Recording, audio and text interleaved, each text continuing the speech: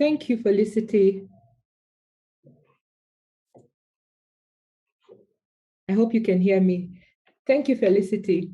And to all the participants who are on this call today, good morning, good afternoon. I want to start by sharing a very short story about my experience in financial planning and financial management. So last week on Thursday, my vehicle experienced a problem. When I was trying to drive uphill from the office, it couldn't pick. My vehicle could not pick, and therefore it got stalled somewhere along the traffic. I called my mechanic, and he diagnosed and told me it had a clogged fuel filter. The next day, it worked somehow, it was repaired, and I was able to start my journey to the office.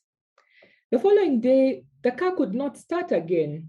And this time, the gentleman who is my mechanic diagnosed it and told me the computer, somehow water entered the car computer, that electronic control unit.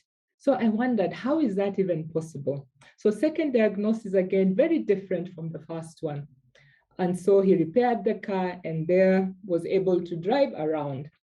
But guess what again? 2 days ago, the car did not start. And this time I was told, oh, Maggie, it is the battery that is not working. So this gentleman has given me a lot of information about this car to the point that right now I'm really nervous. I do not know when this car is going to stall next.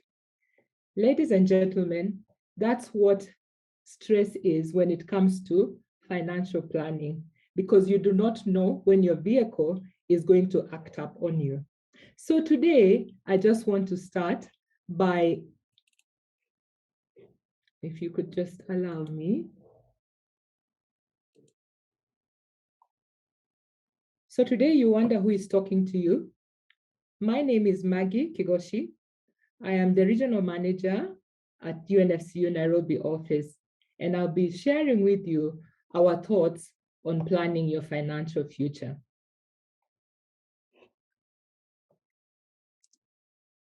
So you have heard of this quote. I'm sure you've probably heard of this quote before. Your life cannot go according to plan if you have no plan. And indeed, what then is a plan? You need to have a plan, really. A financial plan is critical to you as you go through your life. A plan is a process that helps you manage what is coming into your account or the income that you're getting. And then it helps you plan how you're going to spend that money. And as you do that, in the long term, it also helps you achieve your long-term goals. So it's all about prioritizing what your goals are, determining what your goals are, and setting up what those goals are going to be.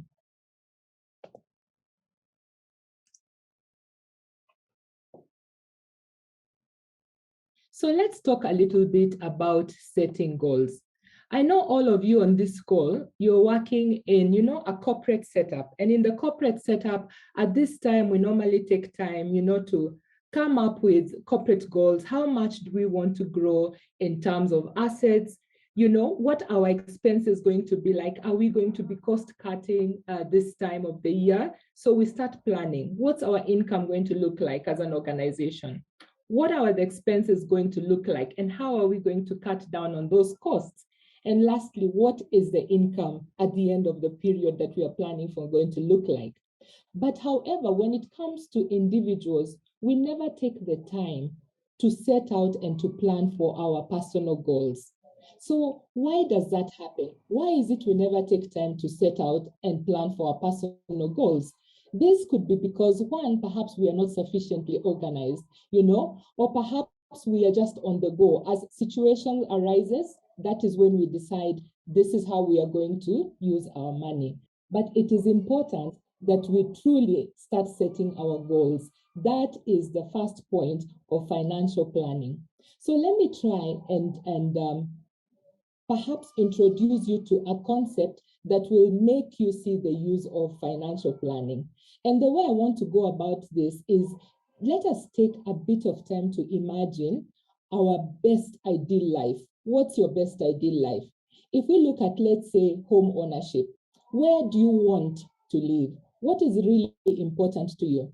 If, let's say, we are talking about traveling, which travel destination do you want to go to? So in short, I'm just trying to tell you, if you want to start financial planning, it's got to start with you imagining what it is you want to do. Where do you want to retire, for instance? Are you taking care of your parents? And if you are, how are you going to arrange for that? So as you continue to imagine how ideal your life is going to be, I want to remind you that you always must remain, one, very ambitious, two, optimistic, but last but not least, you really must remain realistic.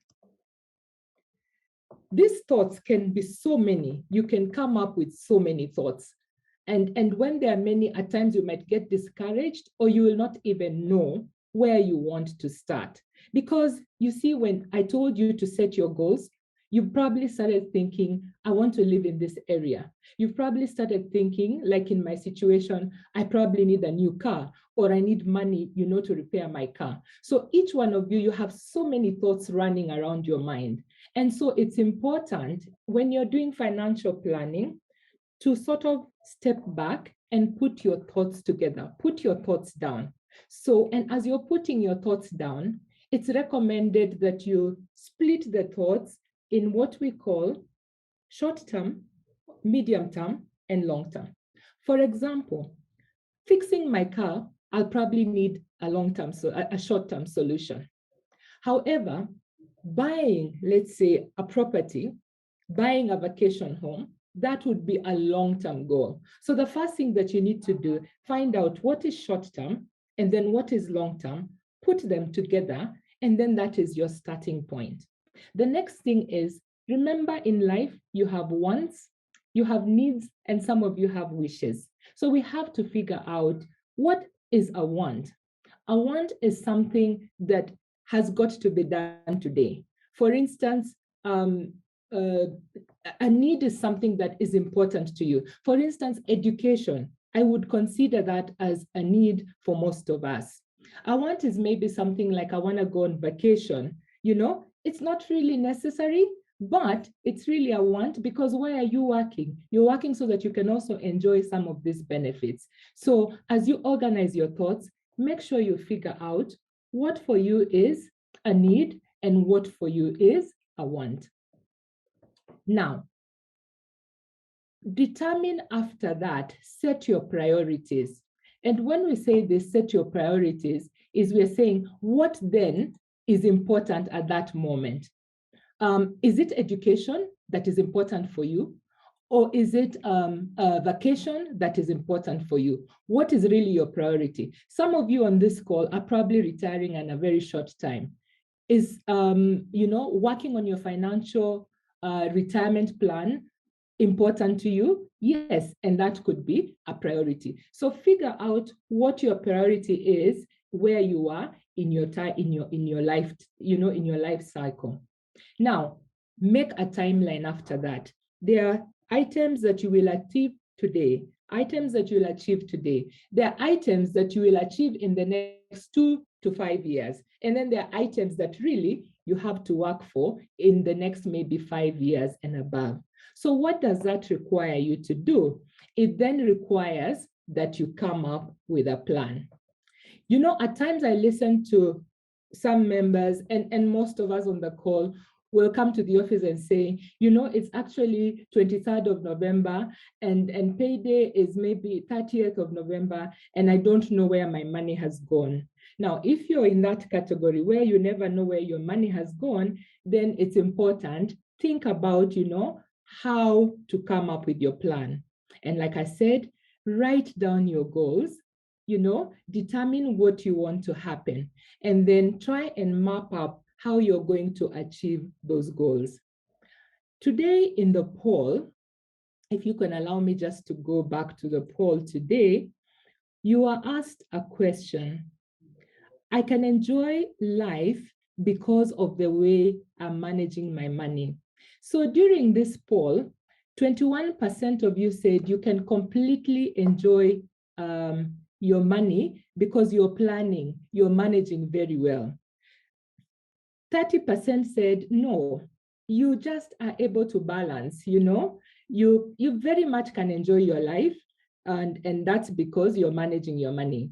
But 42%, and that's a very huge number, you said yes, you can enjoy your life because of the way you're managing money, but 42% is actually a very high proportion when you consider the number of people on this call. We have a few people who are not enjoying their lives, and that is about 7% of them who are on this call. So please take a moment and let's see how we can help you really start enjoying your life. So the first thing that I'd want to urge you to do is make a plan, right? When you make a plan, what does a plan do? A plan will help you figure out, this is the money that is coming in for me. This is what my expense is, and this is what the surplus, this is the surplus that you have.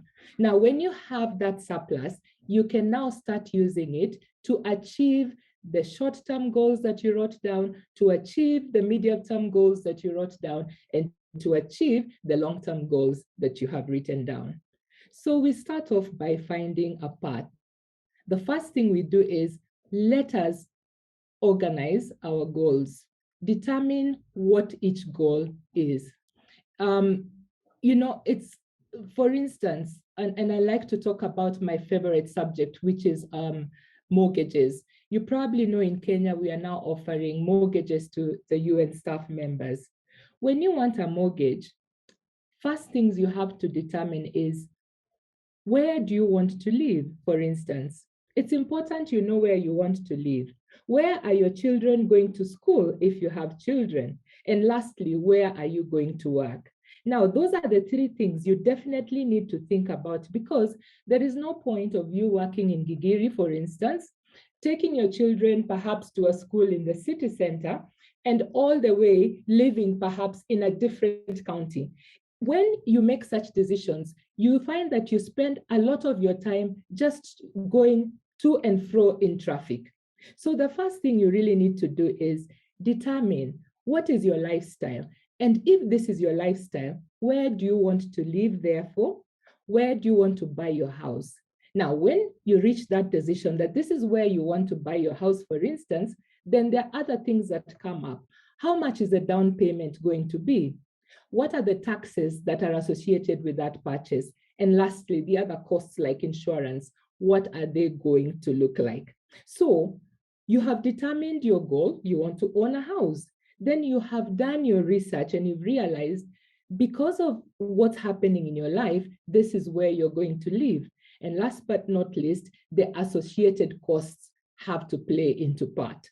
So finally, you then set your overall financial target, and it's important because you have to look at, what's the cost of the house, what's your income, and can you afford to actually take on that mortgage. So I use the mortgage just as an example of finding, your path as you start with financial planning.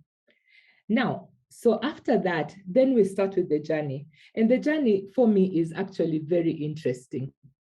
So remember your budget. This is where that common and that famous term that comes in called budget. And most people on this call really fear what that budget is. But I just want to make it a little bit easier for you. A budget is simply taking your income, review what your income is, look at your routine. What are your expenses like? What are you spending every day? Are you always rushing to buy coffee in the cafe? And basically, how much is that costing you? Is that something you can control? What's your fixed cost like? Fixed costs are things like rent. What do they look like? Now, once you determine this is your income, this is how much you're spending, then you're now, over a 6-month period, have a look at what your expenses are. Because once you have a look at that, then you are able to estimate, out of this income, I am spending about this amount of money on my variable costs, and I'm spending this amount of money on my fixed costs. And then you now come up with a budget, because that budget is what will help you figure out where are the leakages. And if you figure that out, you're able to seal them and now use that money towards the goal that you have identified. So to start this journey, you're normally not alone. You have your financial UNFCU, your financial partner with you, and we are able to walk you through our resources, the resources that you can use to start off this financial journey. So the first thing I'd like to tell you is we have what we call savings. A savings is a resource that you should get used to, because savings give you a cushion that you can fall back on when things are very tough. I'm reminded of what has happened during this COVID period. You have all experienced, different requirements, different demands from your relatives, salary cuts, and or your funds being used elsewhere. So if you have a savings account and your credit union provides that for you, you can start putting money aside. Have a dedicated account where you keep money that you can fall back on whenever you're required to. It is recommended that you keep 3 to 6 months worth of expenses for emergencies. And from my experience during this COVID period, perhaps you might even be required to keep more than the 3 to 6 months worth of expenses for emergencies. The next thing that we recommend that you do is try and save a portion of your income every month.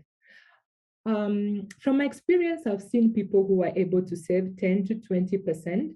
But guess what? They're also very disciplined members who have created a habit, and they're comfortably saving 40 to 60% of their income towards the goals that they have set for themselves.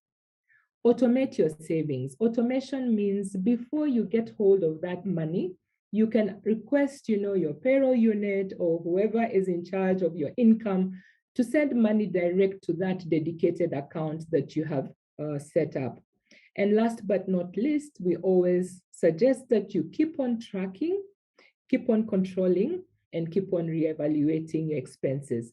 I think this is very simple. This is something that we can continue to do, and I encourage that you do that, please. The other resource that is available to you as you continue to do your financial plan is borrowing. Now, we are able to give you loans depending on your need and depending on whatever else you might have. So the reason we have facilities for you to borrow is at times you have a very heavy expense which you will not be able to meet from the onset. For instance, if it's buying a house, it's a really heavy expense for you. You might not be able to buy it immediately, yet you want to enjoy the use of home ownership right away. So that's how banks come in, and we allow you to come use the facilities that are available. So be it a mortgage, be it a loan that you want maybe to buy a house, be it a loan for let's say investing in education, and for whatever it is you want to use your loans for, we are able to do that. So borrowing is a good thing. Borrowing good money is a good thing. It saves time and helps you reach your goal much sooner than you had anticipated. And like I said, you can invest in education, if you so wish, weddings, and all that. And one thing I'd like to encourage you to do as you're borrowing is if you have debts that are high interest loans, and you have debts that are, a lower interest debt, at times you never take time to look at those. It would be, and you would be encouraged to pay off your higher debt loans so that, you're left with only loans that have a lower repayment amount. As you continue to look at ways of, the resources that we have to help you in financial management, look at the repayment period of your loans. We notice that most of our members perhaps don't even look at the term of the loan. So it's important that you take into account what the term of the loan is. It will give you cash flow when you need it, and it will help you repay your loan much faster. And therefore, in that way, you pay a lower interest rate. The other thing, of course, is the interest rate itself. Pay attention really to the interest rate that you're paying on your loans, because at times you find there are banks that offer lower interest rates. There are those that offer high interest rates. And I'm sure those of you who have had a chance to use our services, you will know that UNFCU is quite competitive when it comes to the interest rate. Last but not least, I can speak for organization. When you take a loan from UNFCU, you don't pay application fees, you don't pay a prepayment penalty, and this is actually a good benefit for you when you're looking at what to borrow. So as I finish off, I want to tell you, it's not just about savings, it's not just about borrowing. There's something else that you always have to take into account, and you always have to stay prepared. So life happens, there are unexpected life events. And so what are you doing in this case to stay prepared? The first item I'd like to introduce you to is what we call beneficiaries. So you have a savings checking or checking or share certificate account with us. In the event of your passing, have you appointed a person who will have that money available to them when you pass on? If you haven't, then it's important that we let you know that beneficiaries is one way that you need to go. You need to appoint a beneficiary who will receive money on your savings account, your checking account, your share certificate upon your passing on. When you're appointing a beneficiary, this could be either multiple beneficiaries, and the money that is held on the accounts will be shared equally across them. A person, an organization can also, or a trust can also be a beneficiary. And last but not least, how do you do that? Please use your digital banking platform to be able to appoint a beneficiary. So in a nutshell, you don't go through the lengthy legal processes in whichever country you are. Because you have already appointed a beneficiary, UNFCU will pass on that money to your beneficiaries. My colleague who's coming shortly will also just walk you through what this is all about. So I just want to see, we had sent out a poll about beneficiaries, and I just wanted to see how you have rated, how many of you on this poll. Oh, I don't seem to see that. Just give me a moment. I'm scrolling down. Yeah, a very well answered question. And guess what? 73% of you actually have beneficiaries listed on your account. This is actually a very good statistic for me. I'm so happy. It means the people who are here are really financially prepared. Congratulations. And to the rest 30%, let's continue the discussion. I'm sure after this call, you want to look at your digital banking and see how you can set yourself up for beneficiary. Great, that was really good. Now, how else do you stay prepared? The last thing I'd like to urge you to do is insurance.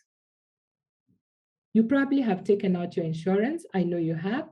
I know health insurance was very important during this period. And so I cannot underestimate or even continue to tell you what health insurance is all about. It's important that you take out health insurance. It's important that you also cover your home and your property. And it's important, therefore, that you also think about insurance. We talk about auto insurance, that's straightforward. Disability insurance, that's something you must do. Let us not forget about life insurance, because it's also important. In the event of your passing on, then you have protected the dependents of your, the loved ones, really. And that you do it by taking out insurance. Last but not least, we think that you should also look at estate planning. What is this? So most of you at this time, you have funds in your savings accounts, you have funds in your checking accounts, you have probably accumulated a good estate in terms of land, you probably have land, you have jewelry, you have art collection and all that. If you're to die today, who is going to get access to that jewelry that you're keeping somewhere in a bank somewhere? Who is going to get access to the money that you're having on your savings account? Those are questions you start asking yourself when you start estate planning. So the first step we talk about is calculate your estate. How much is your estate worth? Once you have decided how much your estate is worth, what is your objective? Where do you want? How do you want to distribute? So make sure at any one time, it's important you know what your net worth is. If you're worth this amount of money, who is going to get what? Now, it's not cast in stone. Your plan always has to be flexible. And as it continues to remain flexible, please have some proper distribution of your estate so that you have some funds in liquid as the other funds are kept, let's say, in long-term assets. It's important you take care of the taxes as you continue. Please consult your tax advisor so that your estate is actually not attracting very high taxes. And lastly, we encourage that you carry out and schedule periodic reviews with your estate planner so that in the event something has changed, then you're able definitely to update your estate plans. I am glad and I thank you that you have listened to me throughout. I want to encourage you to visit our website, unfcu.org, and learn some more. And before I hand this back to Felicity, I just hope you have taken out at least 3, if not, let me find out if you have taken away at least 3 points. The first is I want to encourage you to set goals for yourself. Goals are not hard to set. Goals don't have to be 20 goals. You could have 1 to 3 goals and continue working on them throughout the year. Just as the way you set organizational goals, try and transfer that habit into your personal life and set up those goals. Now, once you have set up those goals, the second thing you can take away from this is kindly, please, have a plan. Have a plan so that you're not those people who keep on saying, goodness me, it's almost end of the month and I have no idea where my money went. If you have a plan, it will give you a direction where your money has gone and where it should be going. So last but not least, don't live your life, just don't go through life. Ensure that you use the bank resources that you have at UNFCU so that we can help you, show you the direction on where to save and how to borrow and how to make sure your estate is well taken care of in the event of your passing. I thank you very much for listening. And so Felicity, thank you again. Back to you.